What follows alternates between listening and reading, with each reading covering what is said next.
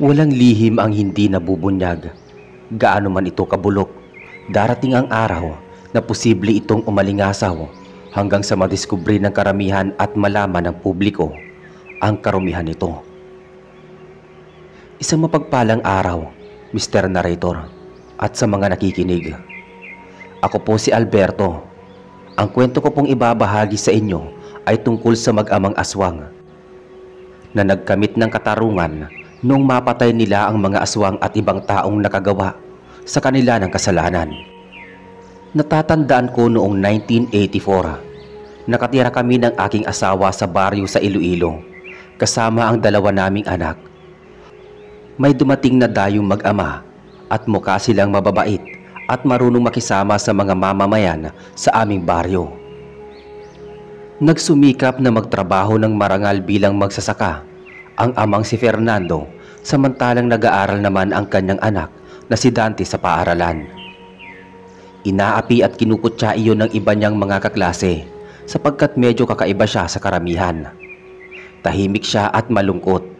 Madalas ay wala siyang kibo, kaya naman pinag-aasar siya ng mga lalaki at mga pilyong kaklase nila. Nagkataon pa na kamag-aral siya ng aking anak na si Miguelito at medyo naawa siya sa kalagayan nito, kaya naman nakikipagkaibigan siya at nakikisama upang hindi ito madalas na kutsain at inaasar ng iba nilang mga kamag-aral. Lumipas ang isang buwan ay nagulantang kami nang malamang may gumagalang aswang at bumibiktima ng mga maliliit na bata, gayon din ng mga kadalagahang nasa edad 16 pataas. Noong una ay gabi-gabing may napapabalitang namamatay sa aming baryo.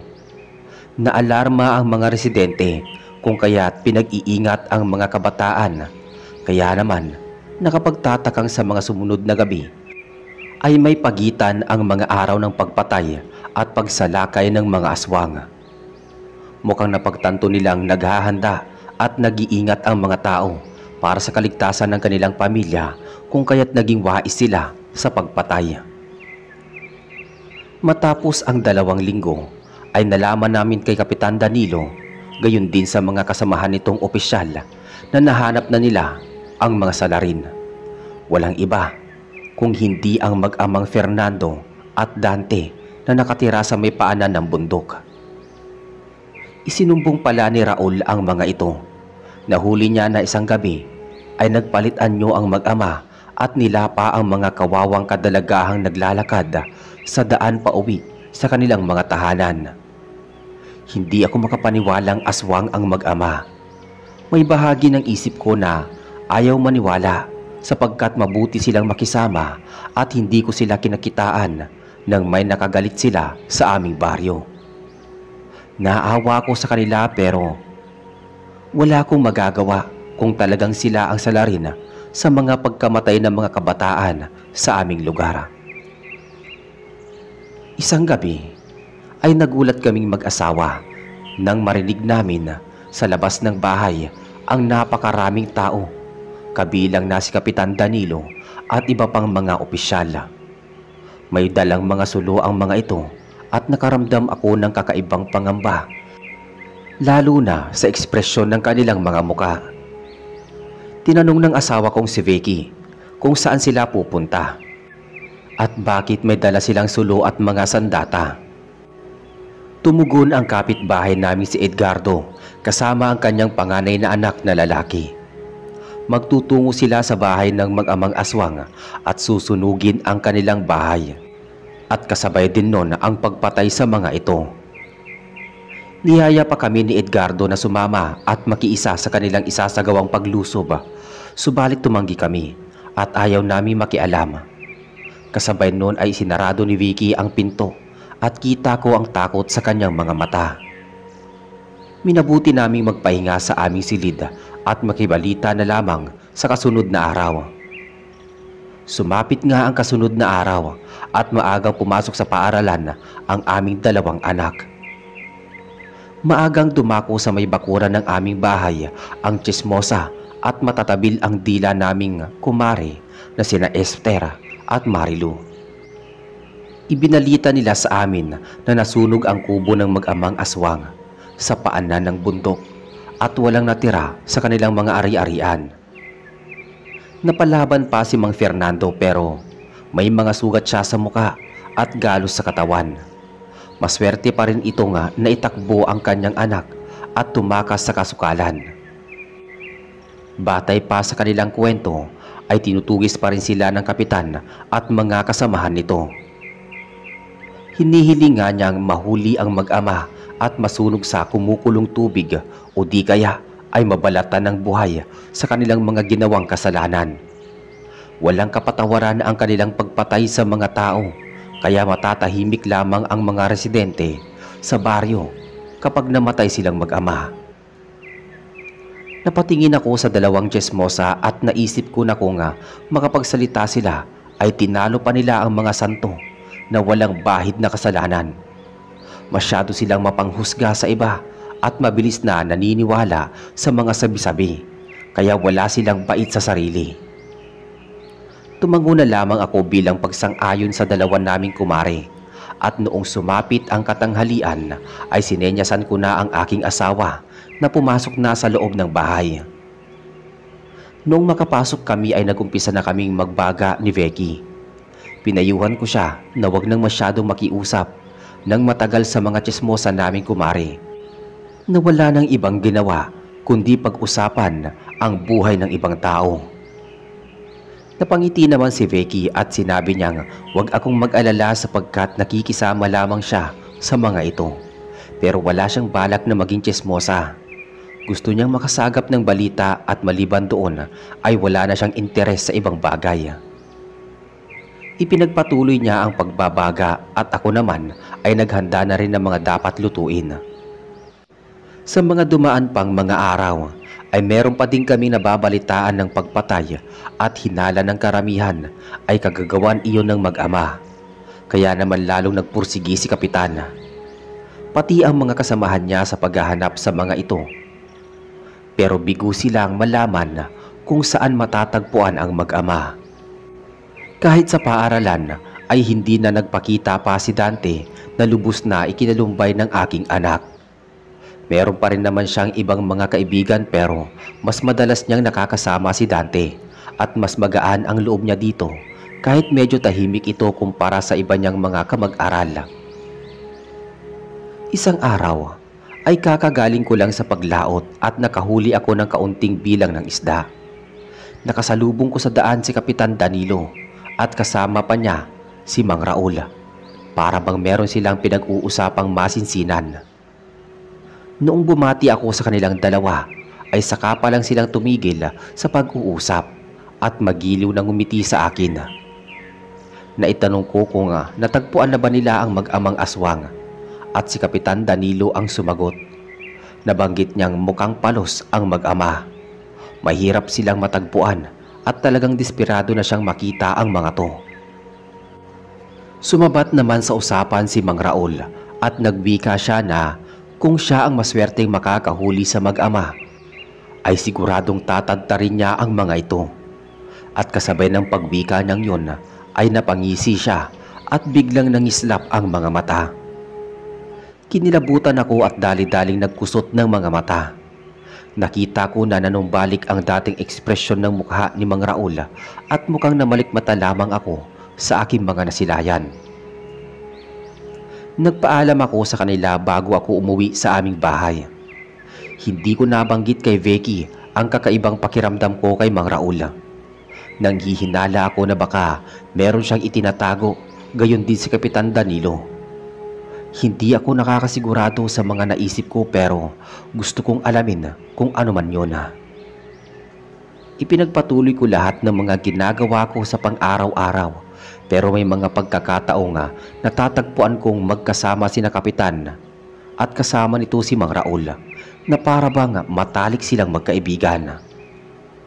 Sa totoo lamang ay dayo din si Mang Raul, gayon din ang kanyang pamilya. Nagmula sila sa Aklan at wala kami masyadong nalalaman tungkol sa kanyang mga angkan.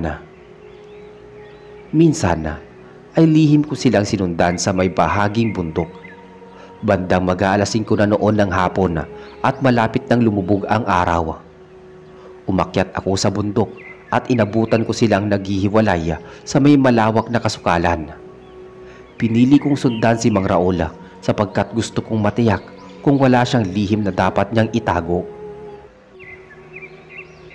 Pumasok sa matatalas na talahiban si Mang Raul at sa isang iglap ay nakarinig ako ng kakaibang pag-angil. Biglang nagtayuan ang mga balahibo ko sa buong katawan. Sigurado ako na angil iyon ng aswang at nagmula pa ang ingay sa lugar na pinanggalingan at pinuntahan ni Mang Raul. Nagtago ako sa malalagong ligaw na halaman nang bigla kong may napansing dalagita na may hawak-hawak kamay na bata patungo sa lugar na pinuntahan ni Mang Raul. Sa pagkakataong iyon ay kinabahan ako at kung ano-anong pumapasok sa isip ko, kung kaya't lakas loob ako nga sigawan ang dalawang babae at inutusan ko sila na tumakbo at huwag dumaan sa lugar na yon.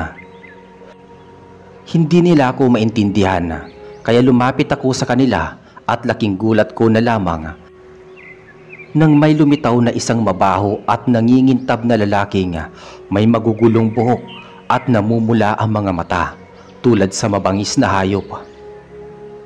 Iisang bagay ang pilit na sumisigaw sa isip ko, si Mang Raul at ang aswang ay iisa. Umaangil ang aswang at bago pa ito makalundag sa aming kinatatayuan ay binunot ko ang aking itak. Hinawakan ko sa kamay ang dalagita kasama ang maliit na bata saka kami kumaripas ng takbo. Sumisigaw habang tumatakbo ang batang babae. Palingalinga siya sa bandang likuran.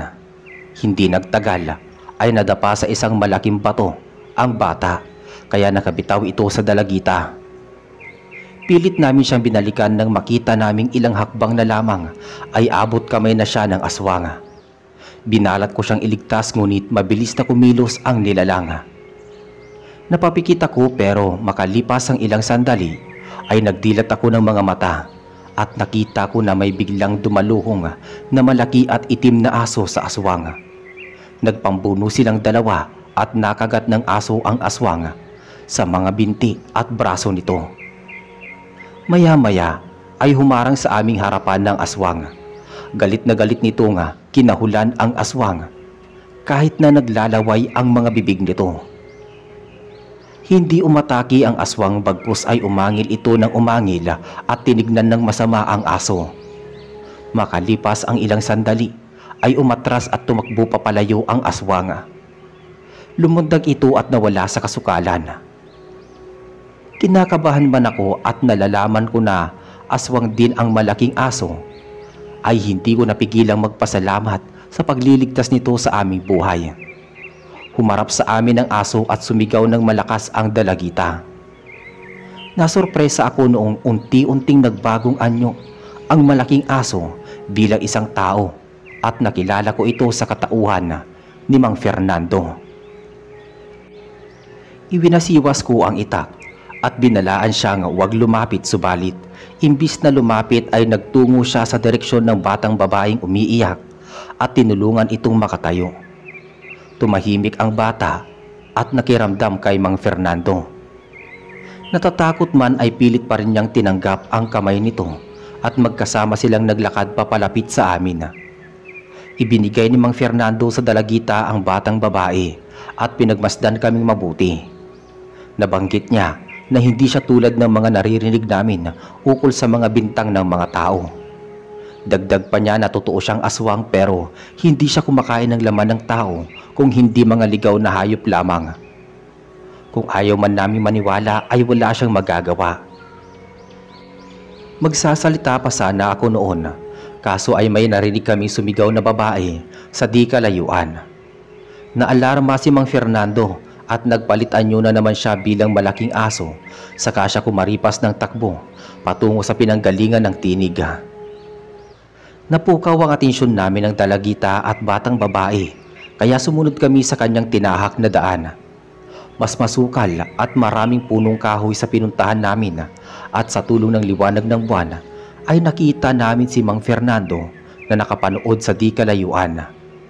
Lumapit kami sa kanya at sinenyasan niya kami na huwag gumawa ng ingay.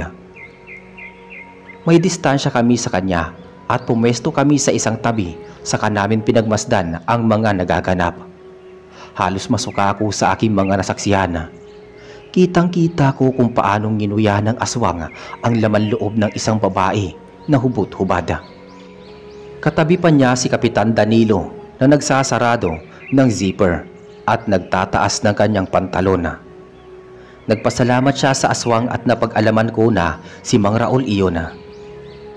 Base sa mga narinig ko ay ginahasa pala ni Kapitan Danilo ang babae bago ipinakain kay Mang Raul. Doon ay pabulong na nagwika si Mang Fernando at sinabi niya sa akin na hindi talaga sila ng kanyang anak ang pumapatay sa mga dalagita at batang babae kung hindi si Mang Raul. Naguguluhan ako at pinili ko na lamang tumahimik.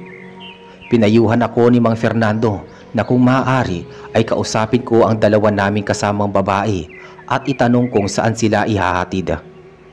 Nagkusa na siyang samahan kami upang meron kaming proteksyon kung sakaling salakayin kaming muli ni Mang Raul.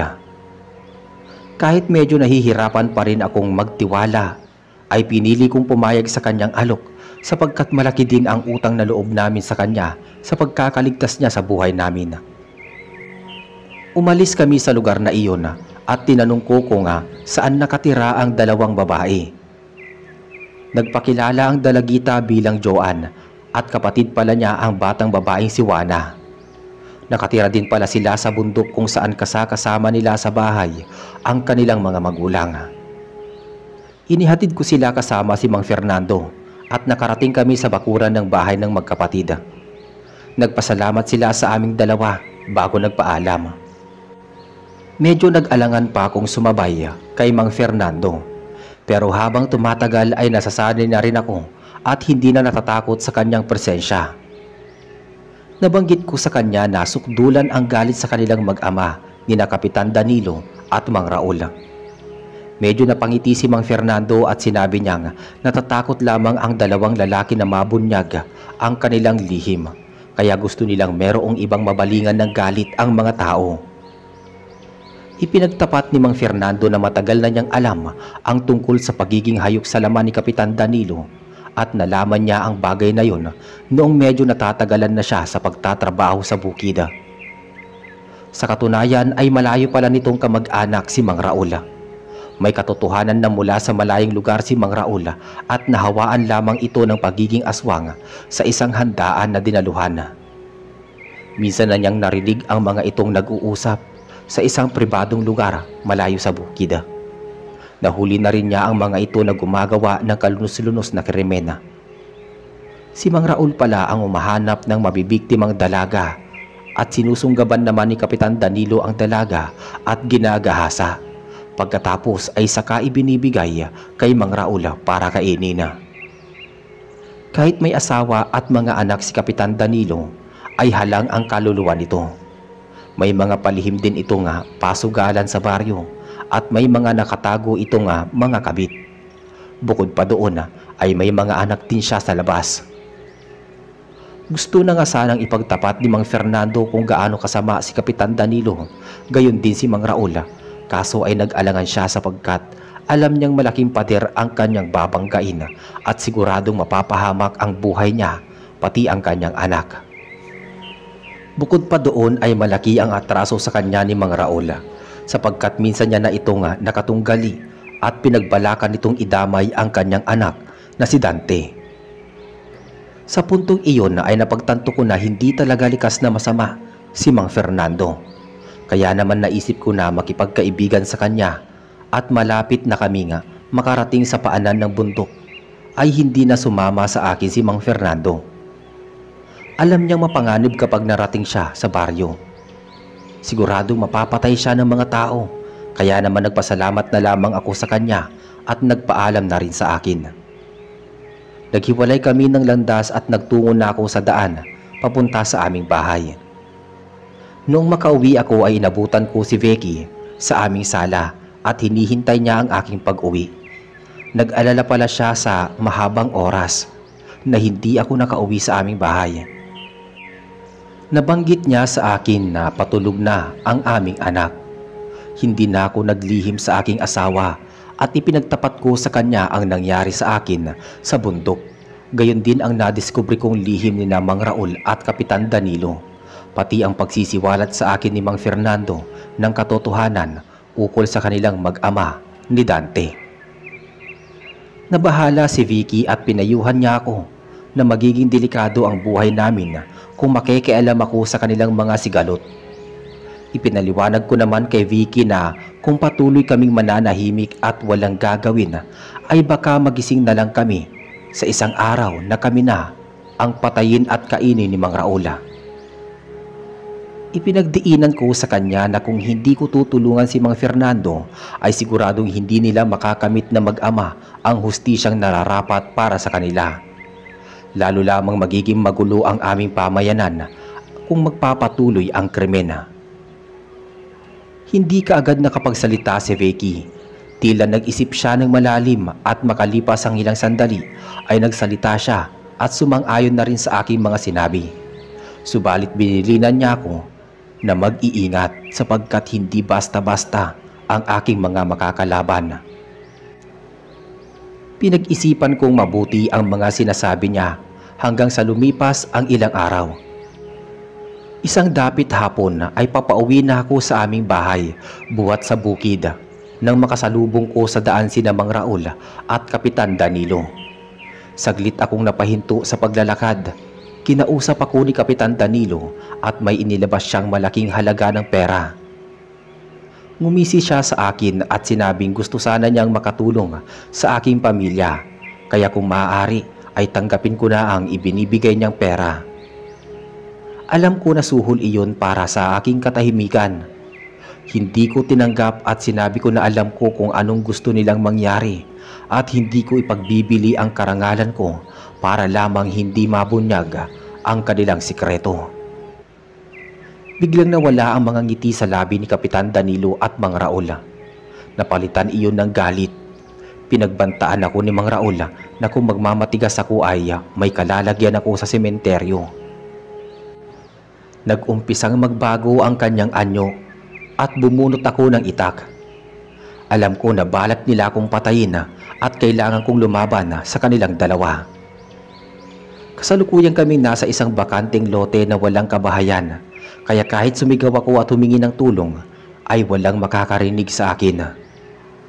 Sinunggaban ako ng aswang at inwinasiwas ko ang itak.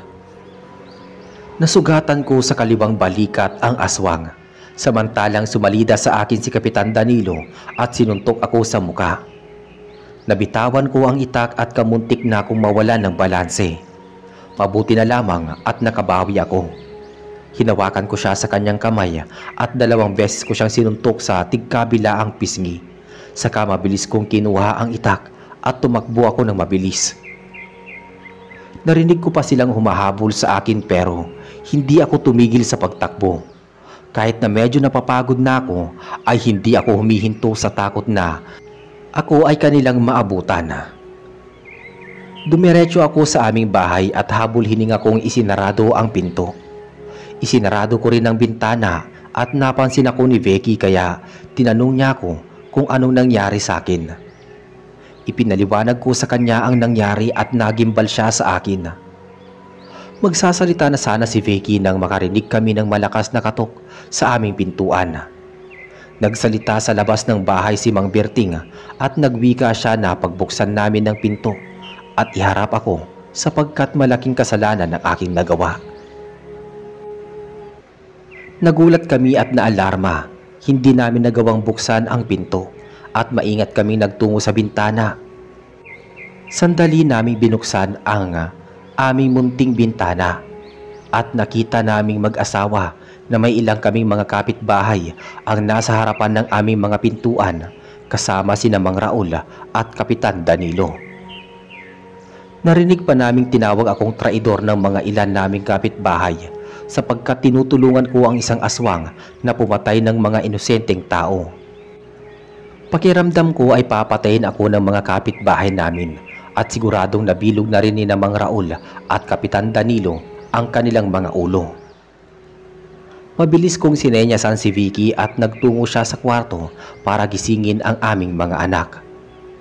Naggayak kami at inilagay ko sa tagiliran ang itak. Pagkatapos ay saka kami lumabas ng mag-anak sa likod bahay.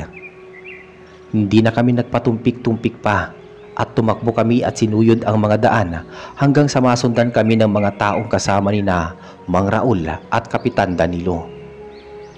Naririnig ko pa ang tinig ni Kapitan Danilo na kung susuko ako ng maayos at hindi ako magmamatigas ay hindi ako mapapahamak. Pumwelta ako at tumugon sa kanya. Nabanggit ko na hindi niya iyon kayang gawin dahil katulad din siya ng mga kriminal at siguradong papatayin niya ako at ipapakain kay Mang Raul sapagkat isa itong aswang. Hindi ko na nahintay ang mga sagot sa akin ni Kapitan Danilo at umakyat kami sa bundok na mag-anak. Pataas ang lugar na tinahak namin at sa palagay namin ay naligaw na namin sila ng landas. Malayo-layo na rin ang kasukalan na narating namin at saglit na huminto ang aking mga anak upang magpahinga. Sumandal sila sa katawan ng punong kahoy, subalit naalintana ang aming pagpapahinga noong makarinig kami ng mga sigaw at kaluskos sa di kalayuang bahagi na parabang may humihingi ng tulong. Nagmamadali kami nagtungo sa pinanggagalingan ng tinig at nakita namin sa kakahuyan ang aming mangilang-ngilang kapitbahay na nakikipaglaban kay Mang Raul na naging ganap na ring aswang, gayon din kay Kapitan Danilo na noon ay may hawak din tabak. Sinenyasan ko ang pamilya ko na magtago sa isang sulok at tutulong ako sa aming mga kapitbahay. Ayaw pa sana akong payagan ni Vicky nang biglang may lumitaw na dalawang maitim na aso sa aming likuran. Napasigaw ang asawa ko at mga anak. Kaagad ko namang nakilala ang isang aso at iyon si Mang Fernando, kasama niya ang maliliit na aso at sigurado ako na iyon ay si Dante. Pinayuhan kong kumalma ang aking pamilya at ipinaliwanag na mga kaibigan ko sila at mapagkakatiwalaan. Ipinakilala ko sila bilang mag-amang Fernando at Dante. Nanlaki ang mga mata ng mag-iina ko pero hindi sila nakapagsalita. Hindi na kami nag-aksaya ng oras at sumugod kami sa lugar na kinaroroonan ng aming mga kapitbahay. Nakita ko na lalapain ng aswang si Mang Berting nang biglang dumaluhong ang malaking aso at nagpambuno silang dalawa. Hinabol ko naman si Kapitan Danilo at walang habas itong sinuntok sa muka at sinipa ko siya sa tuhod. Subalit nakabawi siya at nahawakan niya ako sa tigkabilaang kamay at sinuntok ako sa dibdib. Nawalan ako ng balansi at napabagsak sa lupa. Nakita ko na dumaluhong ang maliit na aso at kinagat sa binti si Kapitan Danilo at mabilis nitong naitulak ang maliit na aso at inihagi sa isang malaking punong kahoy kung saan ito napabagsak. Sumulak ang galit ko, bumangon ako. At laking pasasalamat ko na pinagtulungan pa siya ng dalawang kalalakihan at sila mismo ang bumugbog sa kapitan. Maya-maya ay bumagsak sa lupa ang aswang, pati na rin si Kapitan Danilo. May 3 kalalakihan at 4 na kababaihan kaming kasamang mga nakasaksi sa mga nagaganap. Nalaman nila kung gaano kaitim ang budhi ni Kapitan Danilo pati ni Mang Raul. Tinulungan ko ang maliit na aso hanggang sa magpalit anyo ito. Bilang si Dante. Mabuti na lamang at hindi matinding pinsala ang inabot nito. Nagbagong anyo na rin si Mang Fernando at ipinaliwanag ko sa mga tao na hindi sila masasamang aswang. Kung meron man na gumagawa ng krimen ay iyon ay sina Mang Raul at Kapitan Danilo. Magkasabwat sila at sila ang pumapatay sa mga bata at kadalagahan sa aming baryo. Naniwala ang mga kasamahan ko at napagkasunduan naming dalhin sina Mang Raul at Kapitan Danilo sa baryo at doon ilahad sa mga residente ang mga baho at anomalyang mga ginagawa ng mga to. Mabuti na lamang at may mga dalang panali ang mga kalalakihan. Tinalian nila ang dalawa at pinagbubuhat para bang mga baboy. Binalikan ko ang aking mag-iina at magkakasabay kaming bumaba ng paanan ng bundok.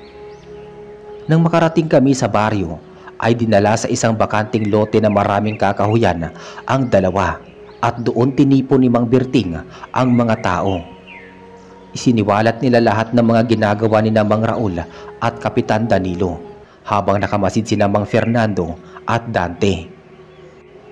Eksaktong dumating ang pamilya ni Kapitan Danilo at nagmakaawa silang wag papatayin ito. Itinali ng mga tao at nagumpisa silang mag-apoy sa mga inihanda nilang kahoy na panggatong. Pinapili nila si Kapitan Danilo at mas pinili nito na mabilanggo at pagdusahan ang kanyang kasalanan kaysa sa hindi na niya masilayan ang kanilang pamilya.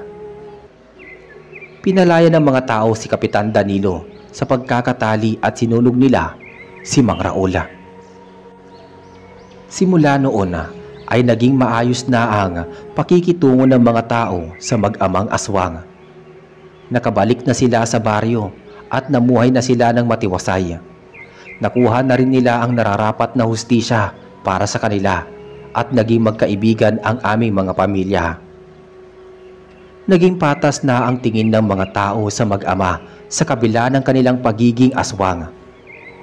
At dito po natatapos ang aking kwento sa mag-amang aswang laban sa mga masasamang nilalang at tiwaling opisyal ng baryo.